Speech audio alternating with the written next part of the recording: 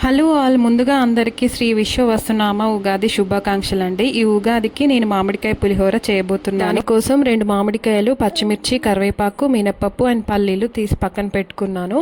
And rice నేను already ఉడికించి పెట్టుకున్నాను అనమాట. అండ్ మామిడికాయని ఇలా సన్నగా తురుముకొని పులిహోరలో కలపడానికి స్టవ్ మీద ఒక ప్యాన్ పెట్టుకొని 1 టేబుల్ స్పూన్ మెంతులు, 1 table spoon jeera and 1 table spoon of మిరియాలు యాడ్ చేసుకొని మంచిగా డ్రై రోస్ట్ చేసి ఇలా పౌడర్ లాగా చేసి పెట్టుకోండి. స్మెల్ అయితే అసలు చాలా బాగుంటుంది.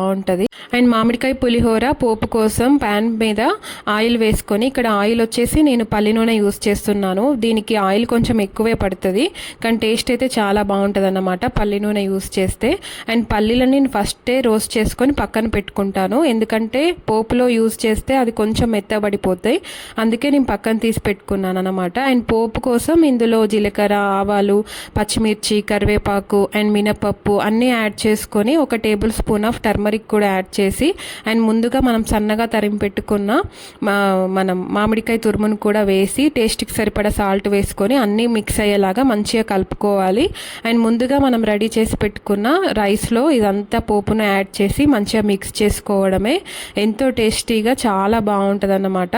అండ్ ఇలా పల్లీలను మీదికెళ్ళి వేసుకుంటే మనకు మెత్తబడిపోకుండా మంచిగా తినేటప్పుడు క్రిస్పీగా అలానే బాగుంటాయి అన్నమాట. ఈ పౌడర్ని వేయడం వల్ల మామిడికాయ పులిహోరకి చాలా బాగా టేస్ట్ వస్తుంది.